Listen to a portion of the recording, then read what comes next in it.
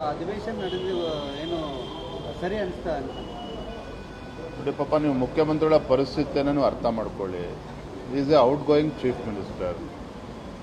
ಯಾವಾಗ ರಾಜೀನಾಮೆ ಕೊಡ್ತಾರೋ ಯಾರಿಗೂ ಕೂಡ ಅದ್ರ ಬಗ್ಗೆ ಮಾಹಿತಿ ಇಲ್ಲ. ಮುಖ್ಯಮಂತ್ರಿಗಳ ಮಾತಿನ ದಾಟಿಯನ್ನು ನೋಡಿದ್ರೆ ನಿಮಗೆ ಅರ್ಥ ಆಗ್ತದೆ, ಹೋಲಿ ಬಿಡಪ್ಪ ಪಾಪ ಎಷ್ಟು ದಿನ ಇರ್ತಾರೆ ಅಂತೇಳಿ ಎಲ್ರಿಗೂ ಅನಿಸ್ತಕ್ಕಂಥದ್ದು ಸಹಜ.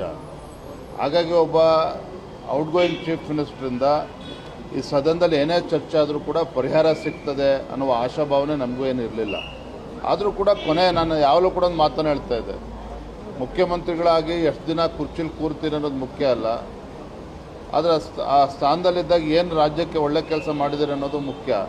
ಹಾಗೆ ನಮಗೆಲ್ಲೋ ಒಂದು ಕಡೆ ಸಿದ್ದರಾಮಯ್ಯವರ ಕೊನೆ ಅಧಿವೇಶನದಲ್ಲಾದರೂ ಕೂಡ ಉತ್ತರ ಕರ್ನಾಟಕ ನಾವು ಕೂಡ ಚರ್ಚೆ ಮಾಡಿದ್ವಿ.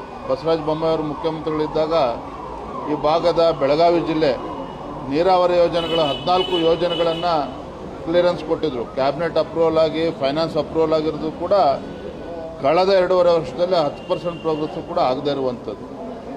ಕಳೆದ 2.5 ವರ್ಷ ಏನೋ ಮಾಡದೇ ಇರ್ತಕ್ಕಂಥವ್ರು, ಯಾವುದೇ ಅಭಿವೃದ್ಧಿ ಕೆಲಸ ಮಾಡದೇ ಇರುವಂಥ ಸಿದ್ದರಾಮಯ್ಯನವರು ಈಗಿನ 2 ವಾರದಲ್ಲಿ ಏನು ಮಾಡ್ತಾರೆ?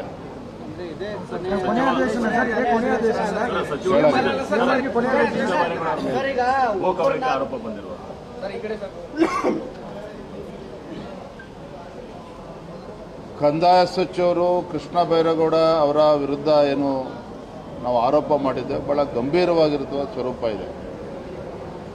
ಯಾಕೆಂದರೆ ಕಂದಾಯ ಸಚಿವರಾಗಿ ಅವರೇನೇ ದಾಖಲಾತಿಗಳನ್ನು ಸರಿಯಾಗಿ ಪರಿಶೀಲನೆ ಮಾಡ್ದೇನೆ ನಮ್ಮ ತಂದೆ ಕಾಲದ್ದು ನಮ್ಮ ತಾತನ ಕಾಲದ್ದು ಅಂತೇಳಿ ಅಕ್ರಮ ನಡೆಸ್ಬೋದಾ? ಅದು ಕಾನೂನಲ್ಲಿ ಅವಕಾಶ ಇದೆ. ಹಾಗಾದರೆ ಹಾಗಾಗಿ ಭಾಳ ಗಂಭೀರವಾಗಿರ್ತಕ್ಕಂಥ ವಿಚಾರ. ಇವತ್ತು ಕೂಡ ಸದನದಲ್ಲಿ ಅದ್ರ ಬಗ್ಗೆ ನಾವು ಧ್ವನಿಯನ್ನು ಎತ್ತೇವೆ.